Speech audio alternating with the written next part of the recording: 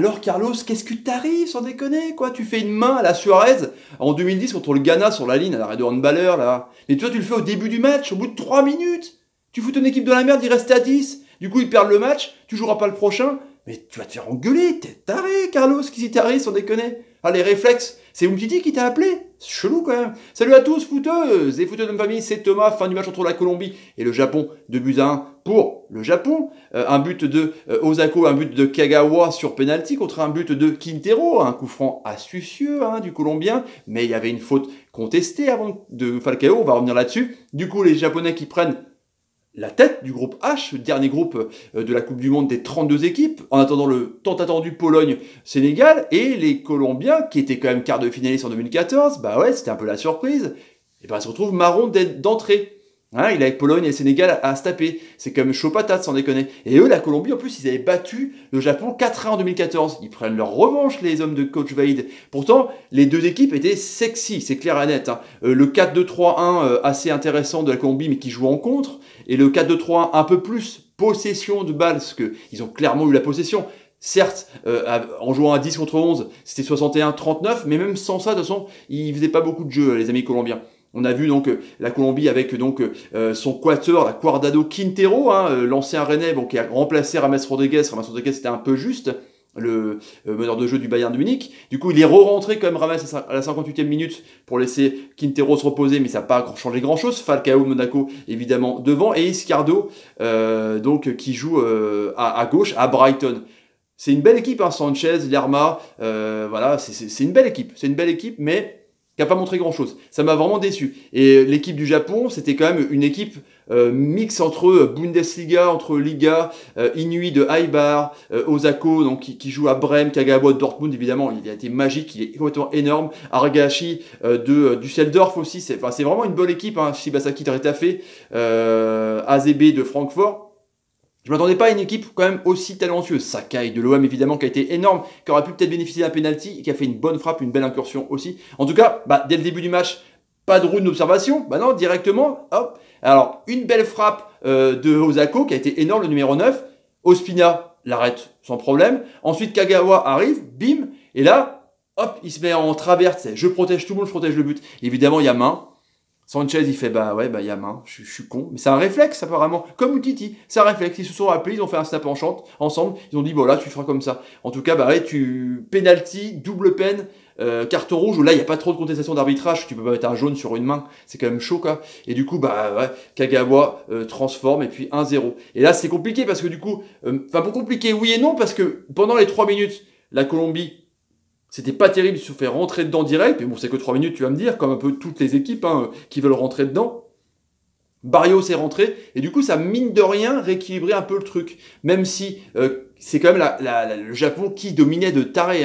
Le Kagawa, il a percé tout seul le milieu de terrain dans un truc de ouf, quoi. Il lance Inui, l'ailier, et tir croisé, Ospina, premier arrêt. Ospina, il a fait au moins 4 arrêts, il a été énorme. Il était déjà énorme en 2014, en tout cas. Ensuite, il y a eu un petit contact dans la surface avec Falcao qui a été déséquilibré. L'arbitre n'a rien dit. Bon, tu vas me dire, voilà, il y a peut-être pénalty, mais de toute façon, il n'y a pas la vidéo. Donc la vidéo, c'est quand même 2 poids 2 mesures. Encore le doute une fois. Et donc après, Falcao, avec un défenseur japonais, tente bien le coup, il met son corps en opposition, et là, il tombe. Et là, il n'y a pas coup franc, il n'y a même pas faute. Mais est-ce que c'est pas l'arbitre qui compense l'erreur d'avant et du pénalty? Tu vas me dire, du coup, Quintero arme son tir, façon malin, et il tire en dessous le mur. Et ouais, carrément, quoi. Et du coup, le gardien Kawashima de Metz, relégué en Ligue 2 récemment, il se trouve, il a beau rattraper le truc, il se dit, merde, il y a la goal line, je passe pour un con, il regarde les écrans, je dis, merde, ça sert à rien que je réclame. Du coup, il y a but, un partout. Mais c'est bien payé quand même pour la Colombie qui montre absolument rien. Franchement, Murillo, qui est défenseur central, n'arrête pas de remonter dans le milieu de terrain Sanchez-Lerma pour essayer justement d'apporter le surnom parce qu'il ne se passe rien. Quintero, c'est pas mal, mais on voit qu'il est quand même en manque de fraîcheur. Et puis même quand il manque un joueur, c'est bizarre. J'ai trouvé l'ami Carillo complètement nul. Falcao a été bien, mais c'était pareil. C'était c'est lui qui voulait manger dedans son premier match. Il a été énorme, il a fait des beaux contrôles, il a été dans la surface de réparation. Il était assez intéressant en tout cas. Mais voilà quoi. Falcao joue bien le coup en tout cas sur ce coup-là, sur ce coup franc. Donc il n'y a eu qu'une équipe sur le terrain en première mi-temps. Mais bon voilà, c'est comme ça, c'est un partout. C'est des décisions arbitrales bizarres. Mais bon, la vidéo est là, de toute façon, évidemment. Deuxième mi-temps, en 2 minutes, 52e, 54e, Kagawa montre toute sa classe de taré. Franchement, il lance, déjà, premier, il lance, il fixe à donf, il fait un décalage magnifique à Inui tente une frappe enroulée, hop, Ospina première. Nickel Ospina. Ensuite, Kagawa, encore une fois, là il lance Osako, qui était très bon Osako, hein, et il tire croisé, hop, Ospina qui bloque. Voilà. Ospina était voilà, décidé à garder un peu le match nul, de toute façon il n'y avait pas grand chose à faire. Il y a eu des incursions assez intéressantes de Guardado, pas Carrillo, hein, Guardado, excusez-moi, et de la Juve, donc c'était voilà, c'était pas dingue, et du coup après, il y a eu une tentative de Sakai justement qui a fait une première frappe, et ensuite une deuxième action, le latéral de Marseille, qui est vraiment énorme, hein, qui rentre dans la surface de réparation, et pareil, il y a contact. Il y a contact. Voilà, on peut dire qu'aussi, ça peut siffler penalty, c'est un peu tendu, c'est des décisions quand même chelou. Ensuite, après, il y a une premier centre, hop, une première tête d'Osako, c'est capté par le gardien. Et là, deuxième centre de Honda qui vient de rentrer. Et là, bim, il fait une belle coup de casse comme ça, Osako, il était vénère, sans déconner. Et là, il met, allez, de poteau rentrant, ça rentre.